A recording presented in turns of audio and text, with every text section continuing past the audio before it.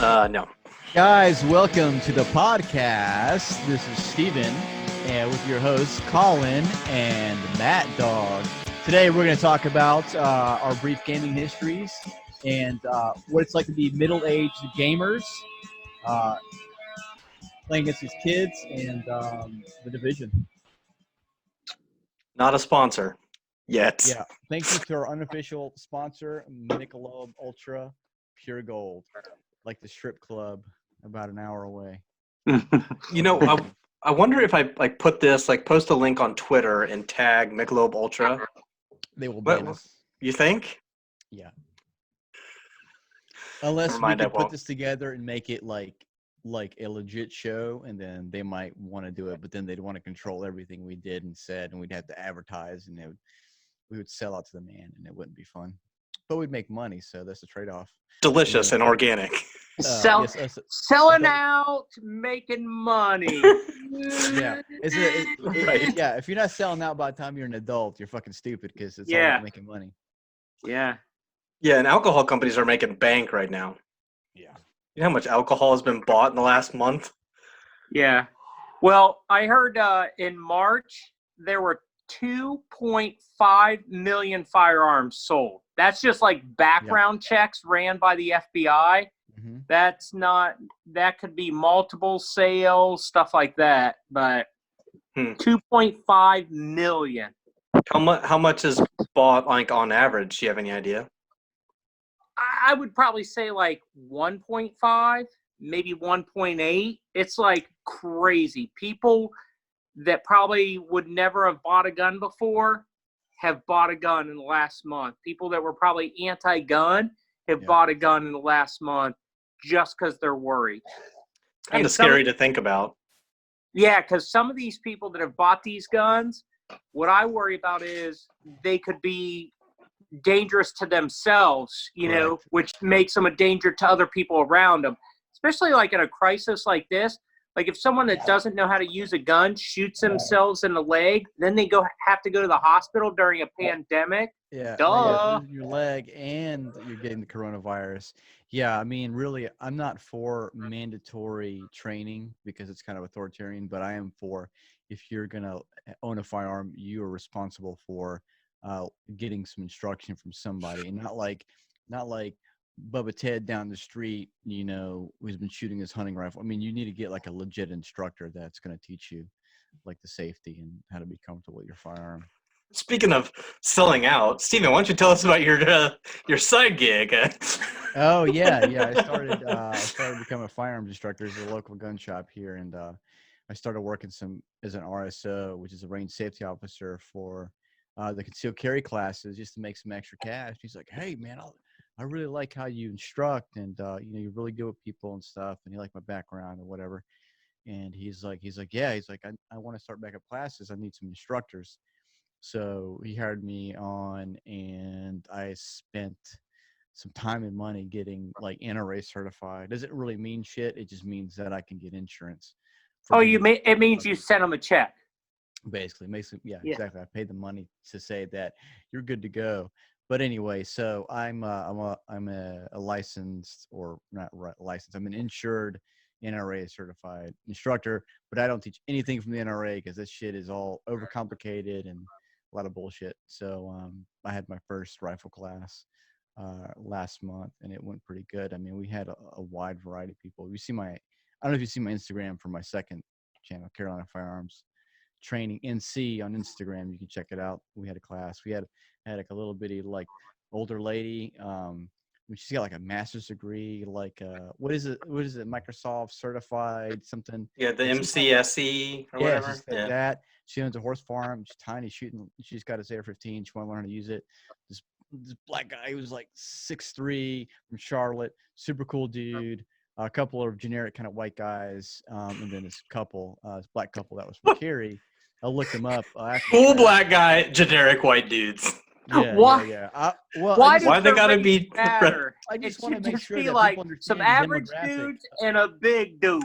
Like a big dude, some average dudes, and a little old lady. There's like the different demographics of people that shoot guns, and it's usually like, guns are all just a white guy thing. It's not. It's an everybody thing. Especially minorities are really a lot of minorities are kind of brought up not thinking that they need guns or should have guns when they really should. Especially anybody who lives in an impoverished area. That includes, of course, white people can be impoverished. That's another liberal thing that only minorities are poor. Like people that are poor in general need firearms because they're in the risky areas. And then I had a couple that they're pretty well to do. Black couple from up in Cary. They I think they run a school or something, but yeah, I guess the husband wanted to do this, and then he brought along the wife, and she was kind of like, y'all crazy. And so once we got shooting and stuff, she actually had fun, and she seemed to enjoy it. So it was really cool.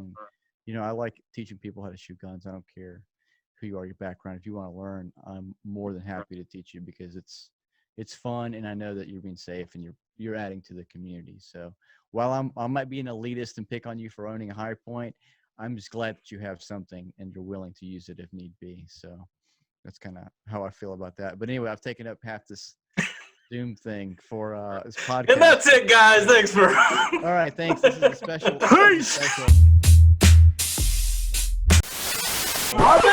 So if you're in North Carolina and you want to get some training, yeah, give me shoot me a message on Instagram or something. I'll throw that link up there. Yeah. So anyway, middle-aged gamers versus these young kids that stay at home all day and play all day because they've got shit else to do.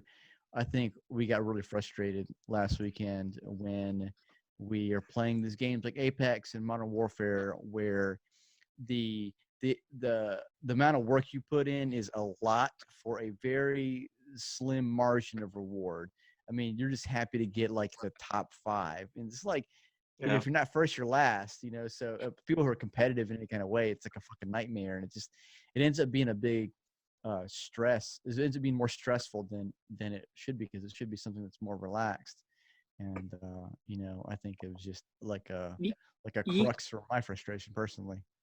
Yeah, I think the three of us, the reason we play video games is to escape and to relax. And then when our competitive nature comes out and we get basically beat up on by kids that have more free time, it's very frustrating,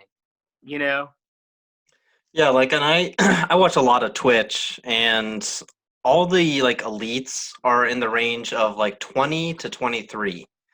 So they're all like prime physical condition. They're all chugging Red Bulls, and they have all the free time in the world. It's like, yeah, I had 2 college classes, but right now they're all canceled.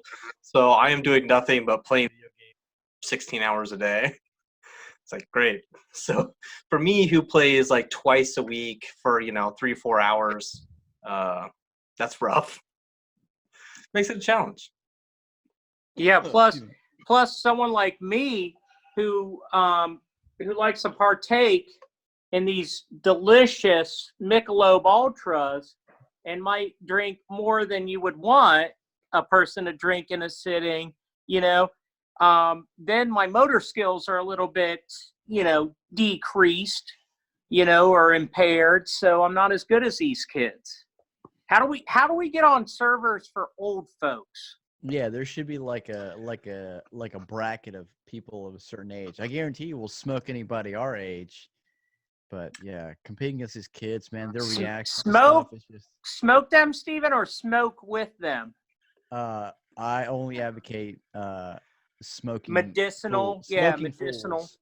I'm cool with CBD, but the non-THC CBD because I just I can't smoke weed. It fucks my head too much, so I just don't do it. I get high on life. I drink water, take Advil, and change my socks. There you go. That's the life of old. But he didn't mention anything about changing his underwear, Colin. Right. Well, I'm on quarantine. What underwear? What the hell are you talking about? You think I'm wearing pants right now? You're fucking crazy. I'm not standing up though. It's all about that sweat life. So see, everybody's getting a taste of what I've been living for like 5 years now. It's like, I live in basketball shorts or sweats, Yeah, and people 24/7. They don't know it's like working from home is like a thing, and I work with Colin, and sometimes I'll, work part of the day from home, especially my commute. I'm like, I got stuff I got to do. I got to take my car in or whatever, so I'm going to work from home. So to me, it's like no big deal. And some people, it's just like, it's like they're like in panic mode. Like they're like, oh my god, like they're afraid of slacking or something. It's like it's okay. Like most people slack while they're at work. You know what I mean? Like so, it's not like a big deal. See my dog's mohawk? Yeah, it's sticking up just a little bit there. Yeah, funny. Nice. All right, Matt. So tell us about your experience as one growing up with games, and So- your whole life experience with games, and what it's like now. All right, so I'll try to go quick. Growing up, I didn't like to play video games. I enjoyed watching my brother and his friend play like Mike Tyson's Punch Out, play Mario, stuff like that. I enjoyed watching it, but I was never good at it myself. I mean, shit, I'm still not good at video games, but I enjoy playing them. So probably, when I was in college, 20-something, I got the original PlayStation, had a few games on that. Then a coworker had this little cheater box that I could plug in, and then he was just renting games from Blockbuster, and then burning them, and then he would give me copies. So I'd play those all the time, but back then there was no real like internet or like online gaming, so I just play those randomly in my bedroom. Then later on, probably about the 2001, we got a PC, and I got like the first Call of Duty for PC, and I played all the story missions. It was super fun, and I had no idea about the online capability of it. So I remember playing like one game of online, like Call of Duty. Then a coworker was playing Battlefield on the PC. So I bought Battlefield, and when that happened, I had to upgrade like my graphics card, my RAM, everything just to get this game to run on my old cheap computer. Was it like 1942, like Battlefield 1942? No, it was 2048 or something. The future. No, it was I think it was just Battlefield. Just Battlefield? Yeah, it was just Battlefield. I think trying to look here, or maybe it was just Battlefield 2, 2005. I've got a little sheet of the games I played and like what Nice. you know did his me, homework, I'm the that's notebook guy, right? This is out of my notebook. So I got all the different Call of Duties, and then I got like all the Battlefields and stuff, and like when they came out and what console or platform and when I played them. So it was Battlefield 2, 2005. So that I played a shit ton. Then Battlefield 2142 played a shit ton, right? These were games that I just played online exclusively these were on my PC. Then I got an Xbox. I think my wife got it for me for an anniversary, started playing Xbox, like Halo and stuff like that. Never really got online with it. Then as Call of Duty's progressed, I started getting online, playing with people on Call of Duty, probably World at War. A lot of coworkers were playing that. So I had a coworker buy me. This was about 2008. Coworker bought me a used copy, started gaming ever since. Call of Duty was always my game. Hooked up with Colin at some point on GTA 5 around 2013. But really, that's my gaming history. I got my Xbox One when The Division was about to come out. The Division was only available or going to be available on the next-gen consoles on the Xbox One. So I had to buy it. So went and bought the Xbox One so I could play The Division. And then, of course, had to buy a second copy of GTA 5, which I think is the best game ever made. You know, I enjoy it a lot. But that's pretty much my gaming experience. You know, a lot of Call of Duty. Some other stuff we dabble in, you know, the Apex or, you know, I think GTA 5 is probably my favorite lifetime. All right. How about you, Steven? Oh man. Okay, so I am an early '80s kids. So the first things that I would play, that I remember is my older cousin. He's about 11 years older than me. Was taking me to the local arcade. So the local arcade, things that I remember from there was like the RoboCop game because I really like RoboCop. I like Ed 209 and like all the animation, like the stop motion animation and all the effects. It was super cool. And the guns and robots since I was a kid. This would be a good opportunity to have a RoboCop like little thing pulled up, Steven. Like, Oh yeah, come with me if yeah. you want to live. Or Yeah. whatever. That's Terminator. That's I know, Terminator. but what's something? The RoboCop says something like that. Yeah, and so basically, my big thing was arcades for a majority of the '80s. The big games for me were with that the like Pursuit HQ, where you're like in the Porsche or the guy chasing the other cars. You had to ram them to like get them off the road. Double Dragon was a big one. We'd go to the beach, the same hotel that we'd always stay at with my family and I and my cousin and his parents. We'd all get different rooms, but they had a little 2 game arcade, and it was always Double Dragon there. So once a year I get to play Double Dragon. Mr. Gaddy's was like a local, like a pizza buffet place. They had like Pole Position and a couple other ones. Just so working my way up through arcade games, like the Thrust Master or whatever it's called, like Full Thrust or whatever. It sounds terrible, but it was a fucking. That's It was that's a F14. movie that you're thinking of. It was the F14 one. So Chuck E. Cheese was a good place to play video games, arcades. Eventually, I got a Nintendo a little bit after most of the other kids had gotten Nintendos. So I played the hell out of Mario Brothers. I had Godzilla. There's no save feature. So with those, you Yeah. had to like leave it on and then come back to it. Then I got a Super Nintendo, and that was the tits, man. F-Zero, like the real old F-Zero, that's the shit. Anything else I've played on N64 kind of sucks compared to that. The Mario, Super Mario World, then going back to the Nintendo's, the Super Mario World 3, which you had like you go from flute to flute, and then you can go to like the last. Yeah, you can beat the game in like pack. 5 minutes. Yeah, and so there's that. Super Nintendo had tons of games. And then my uncle, he was one of the first people to get a PlayStation before it really became a thing, and played Battle Arena Toshinden. He got Resident Evil, the original one, and he really loved that game. And that was like cool. Like I would always go and play when I got to his house, but I always get so far because it's the amount of time that I was there. But them dogs jumping through the window and scaring the shit out of you, and then like you're walking up in that first body, and things like goes to the cutscene. It's like, and then what else? Next big thing was I never got a PlayStation, but I did get the N64. So it was a Mario and GoldenEye. GoldenEye was my life there. I was like the bomb.com. Like these fucking kids now, GoldenEye. like had they gone against me, like they couldn't handle me in GoldenEye. Fuck them. But so it was N64 for a while. I did not get a PlayStation 2. I had N64 for a while. I had that until I graduated, and then I went in the military, and then I just fucked around and was a hooligan.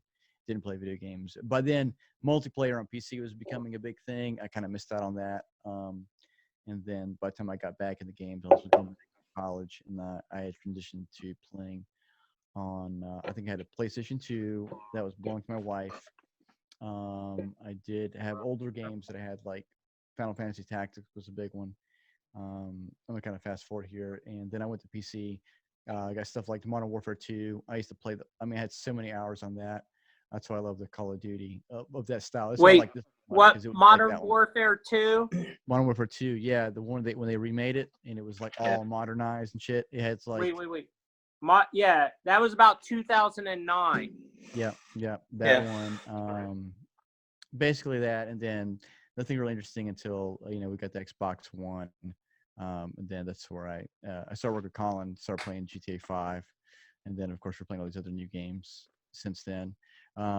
Two things real quick, not related. I have worked on Fortnite before they knew what they were going to do with it as a game tester, and then of course I did work 9 months in the Division at Red Storm as not as QA as well, and I worked in the Dark Zone because they built the PC and they built the Dark Zone, but they kind of fucked me over and did not put my credits in for working on that, even though I did 9 months of my life on that. So even though we're playing Division, Matt, thank you again for paying for that for me. I appreciate it. But I told them I would play it, but I would never pay for it. Massive, the guys at the Massive It's all right. was good. Fuck Red Storm. And it's not really Yeah. the whole Red Storm, is the QA. So if you ever come across this, you know who you are. Fuck you. Hey, Steven, when we get our Michelob sponsorship, I'm sure they'll give me a little more money, right? They'll give me a little more money because I consume more. Yeah, I need to take a sip of this very refreshing Michelob Ultra Pure Gold Organic Light Beer. 2.5 carbs, 85 calories.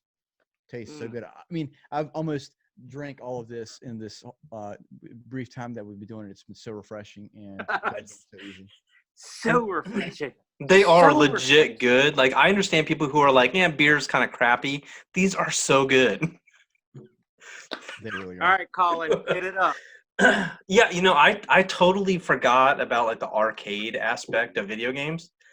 Yeah, go ahead. Matt's got input. So did I. I'm glad Steven brought that up, but I can go back to my arcade days. I want you to do yours real quick, Colin.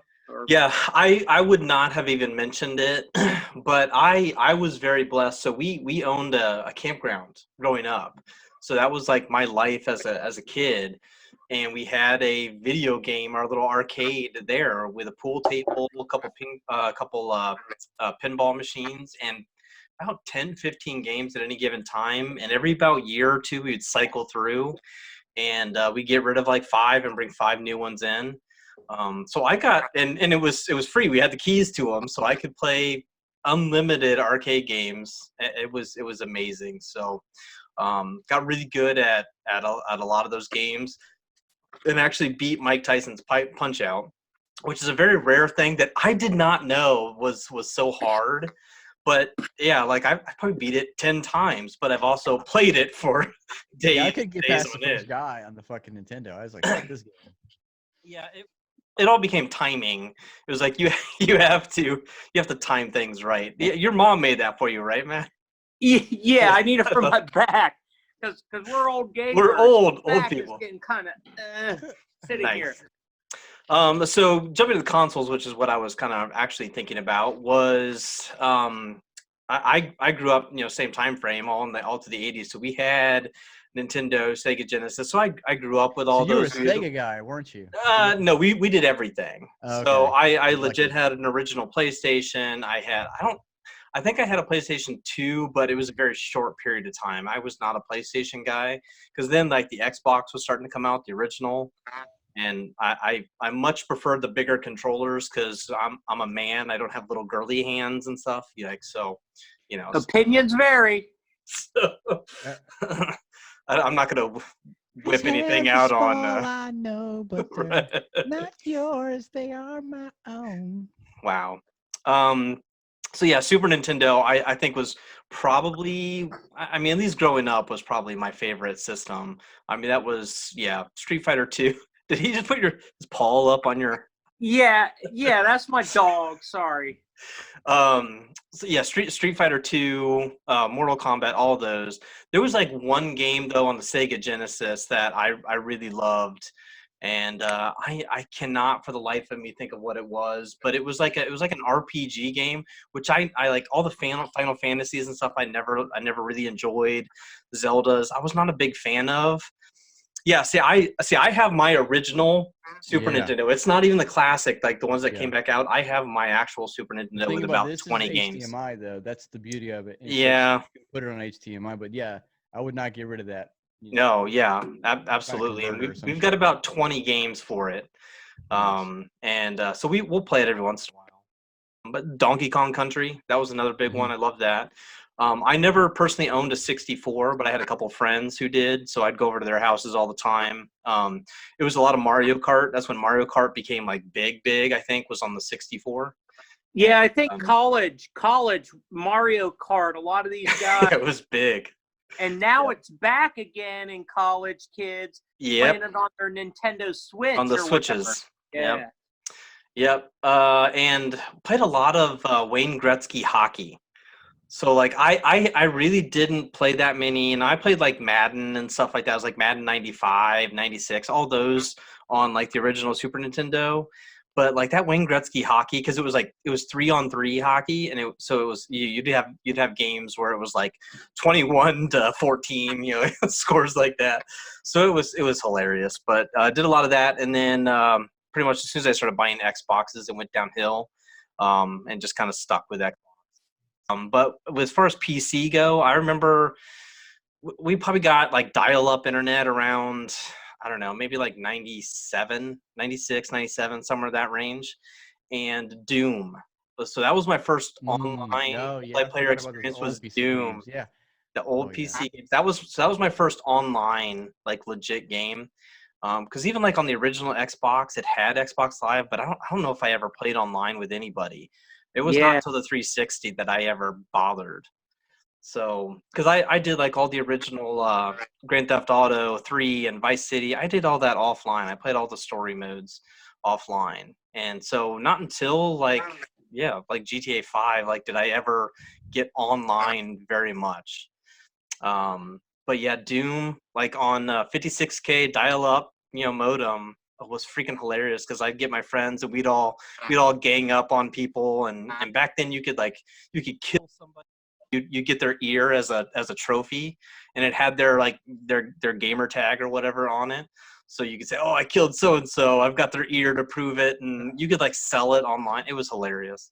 So that was a lot of fun. So that's been it, and then just pretty much Xbox now. Well, Stories. going back to Steven's whole arcade, or just the whole arcade thing, is probably that's where we fell in love with the video games. Was there was a putt golf and games, and they had a Super Saturday. It was like $5, and you get like a hot dog and a drink, and you get to play as much golf as you wanted from like 10 a.m. till noon, right? So it was 2 hours. So we would go there, pay our $5, play golf for 2 hours. Then we would get we'd get like 40 tokens to play video games, and we played the shit out of Shinobi and Castlevania. These were the games that I loved playing on those. Yes, I remember Contra. Oh yeah, Contra was a big one back then too. But Shinobi, what was the one? It was kind of like a Mission Impossible game where you're just driving the car and it had the oil slick and the smoke screen. Oh, yeah, I know what you're talking about. Damn, that one, we played a lot of that too. Yeah. I mean, that's how old I am. Yeah, I remember like the Ninja Gaiden when those came out. Those were fun. What are they called? And then Ninja Gaiden. I mean, I've heard like 10. There's like 10 pronunciations of like has been like isolated from wherever you've lived and how they say things. Yeah. Differently. Yeah. I forgot also my arcade. A big one was the Teenage Mutant Ninja Turtles and the Simpsons 4 players. Because that was like the first. Yeah. Oh yeah. The 4-player Marge with the vacuum. Yeah. And then 90s PC, I did get my first PC. My friend had this Hewlett Packard, and it had I got the first Pentium. It was like 233 hertz or some shit. I mean, it was so fucking slow. But anyway, he had this game that came on called Mega Race, and I was like, we got to get a computer. So I ended up getting Mech Warrior 1 or 2, whatever it was made up for that. I think it was 2. I think at that point, which started me like down the trail again, more robots and stuff, And then what else? TIE Fighter X-Wing, like those old LucasArts games. Oh my God, I love those games. Those are big time. And then I did remember like early 2000s. I think late high school, late 2000s. Somebody got a Dreamcast, and so we'd go Dreamcast and play Soul Calibur and fucking play that, and then play Vice City. And then when GTA first came out, we'd take turns and seeing how many stars you could get, and then see if you could escape. That was kind of like the thing. I remember too, like me and my brothers and sisters, we put a lot of our Christmas money together to go get an Atari 2600 from J.C. Penney's. Wow. It was crazy. And then a few years after that, we got a Commodore 64, Yeah. And I remember the best game we had for that was California Games, but my brother put the floppy disk on top of the hard drive and it erased it, so the game would never load. It was terrible. Who designed that shit? My dad had an arcade Atari that he pulled out from somewhere, and so I remember going back and playing a lot of those classic Atari games, which were pretty cool and they were pretty hard. And then he had one computer game. It was like on the green screen, but it was like a little golf game, and so you had to like same thing exactly like we do in GTA, where you had that like fucking meter and you had to get spot. I mean, this is the golf thing, but it was almost exactly the same game. And that's kind of like why I like the golfing in GTA. Well, I like too, like GTA with the arcades that they added. Like if you go into the arcade and play those games, it brings back memories because the graphics are terrible on those little games. But they, they each have their own little quirks and stuff, and they bring back those memories. That 8-bit nostalgia, Yeah, for sure. So, what's your guys' most overrated game of all time? The one thing that's not overrated, I'll go and say right now, is these Michelob Ultra Pure Golds. Again, really 0.5 carbs and calories. Keeping it Steven, light, I'm gonna disagree with you. I think anything Michelob puts the Ultra name on is pure gold. Whether it's in this regular can or your pure gold bottle, it's that pure royal gold. Blue can is very complimentary to this nice gold color. Yeah. I would agree. And the way it looks together on my screen, it's a nice little flow with all three of them together. Yes. Very refreshing. Cheers. Oh, by the way, this is not a paid advertisement. However, it could be. Wink, wink. Which one of you guys are asking me a question? I asked for a most overrated game of all time, and we're down to about 4 minutes, by the way. Okay, so we'll wrap up. Most overrated game of all time. I would transition this for Yuck Factor into The Division, and what apparently a letdown it was for all the hype that they created, and it being what it was. I got on there and played it last night just to set up, and I was kind of like, I played this for 9 months, and I remember it being pretty fun because we had the command console, so we could I could be like max level, max everything or whatever, and we would test stuff, and that was fun. But I was like, compared to like GTA, Red Dead, Modern Warfare, like those are superior games by far. Overrated game. Let me think about that. Matt, do you have any ideas? I'm gonna say Call of Duty had such a great following, and then I feel like they jumped the shark at a point, probably Infinite Warfare or whatever. I really think they alienated a bunch of fans. I feel like Colin or Steven and I played some the previous Call of Duty World War II that they released back in 2017. Me and Steven played some of that. We're playing obviously the newest Call of Duty, so I feel like they're trying to get back to what the fans and the players want. That's why I like that one, because it's like I feel like Modern Warfare 2 and even 3 were like within that spectrum of like that vibe. So I feel like, because like when we first started playing this newest game, this new Modern Warfare, I kept saying to you guys, this reminds me of the Call of Duty I used to always play. Yeah. But again, I love it. I just hate that I suck so bad at it. And I don't always suck. It's just lately I've just been sucking. I don't know what it is. I got too much going on or something. But to answer your question, I thought about it, and it's fucking Farmville. Fuck Farmville. Wow. I would have never even like considered like mobile gaming. I don't know.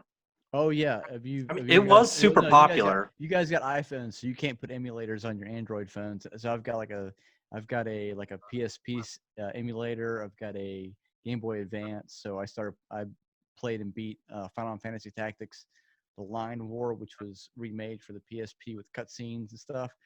Oh, such a good game. If you guys like, it's like RPG, but it's kind of like the fighting is more like chess. The way you like move on the map and stuff, like you kind of like pick your turn or whatever. Anyway, Anybody who likes Final Fantasy Tactics knows exactly what I'm talking about and probably agrees with me. So, if you like Final Fantasy Tactics or have played it, give Colin a like here on the video or comment below. Or you're gonna get pissed off at me because I feel like my most overrated games of all time was the Final Fantasy series. Yeah, well, there's some 7 that they did remake recently, which are like notoriously like people can agree that they're great. In Tactics, I feel like the other ones are a lot of fluff. I haven't played them. I like the art and stuff. I've watched. I think Shannon ended up getting like a newer version on the newer console, and I was like, this is no better than like Assassin's Creed. And I guess we're running out of time here, so About 90 seconds. yeah. So yeah. Well, and some of the that's fair too. Like a lot of the Assassin's Creeds, like just became very repetitive. Like they were putting a new one out every year. Like I loved Assassin's Creed. It was until it was like too much. 4 years ago, like, 5 years ago. Yeah. You can't dedicate enough time. Favorite Assassin's Creed because my wife got them all. That's what got her back in the video games. I told her she needs to be on this podcast because she could totally fit in with this discussion here. But this one, yeah. Yeah, so yeah, one of the other ones she just talk shit and make fun of us, but yeah. Well, we could do another one like next week, and she can put it in, and then we can edit it all together. She can be our special guest on the PS4. Black Flag's good. You know, it was like teaching a baby how to walk, but now she's like, you know, playing with us with Red Dead and GTA and stuff. Yeah. Yeah. Pretty cool. All right. Well, we got to wrap up. All right. So we're jumping to the Division. Because we're in quarantine mode. Yeah, quarantine mode. Yeah, this is my mask right here. Nice. So, yeah. Don't go to Steven's house. It's not fucking airsoft. Trust me. All right, guys. Later. Blah, blah, blah. See ya. Blah, blah.